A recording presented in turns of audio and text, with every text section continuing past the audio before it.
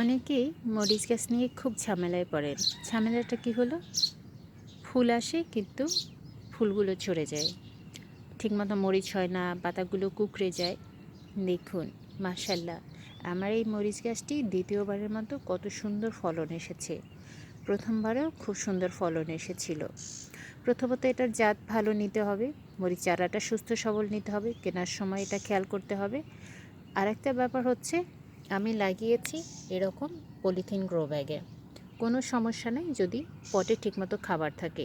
দুটো কারণে ফুল ঝরে যায়, সেটা হচ্ছে আপনার মাটিতে যদি ঠিকমতো খাবার না থাকে, এটা একটা। আর একটা হচ্ছে প্রপারলি পানি যদি না দেওয়া হয়, অর্থাৎ বেশি পানি হলেও ফুল ঝরে যাবে এবং কম পানি হলেও ফুল ঝরে যাবে। সুতরাং এই বিষয়টা খেয়াল রাখতে হবে।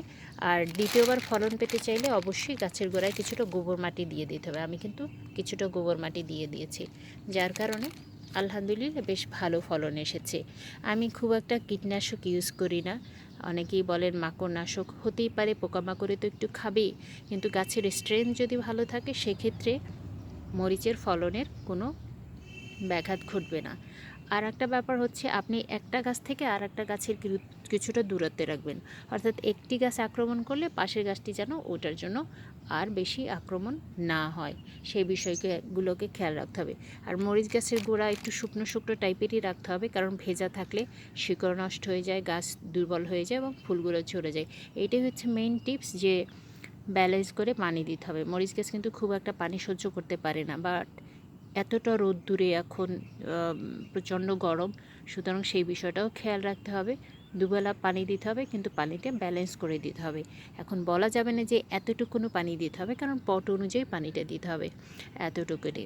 আর গাছের খাবার হিসেবে খৈল পচা সপ্তাহে একবার, তবে অবশ্যই মাটিটা একদম শুকিয়ে দিয়ে তারপর দিতে হবে, আদারওয়াইজ কিন্তু গাছের গোড়াটা নষ্ট হয়ে যেতে পারে।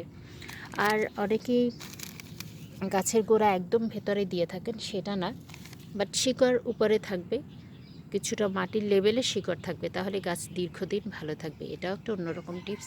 তো সবাই ভালো থাকবেন, এই বিষয়গুলো ফলো করলে আশা করি আপনার দারুণ ফলন পাবেন মরিচ গাছে। Thank you.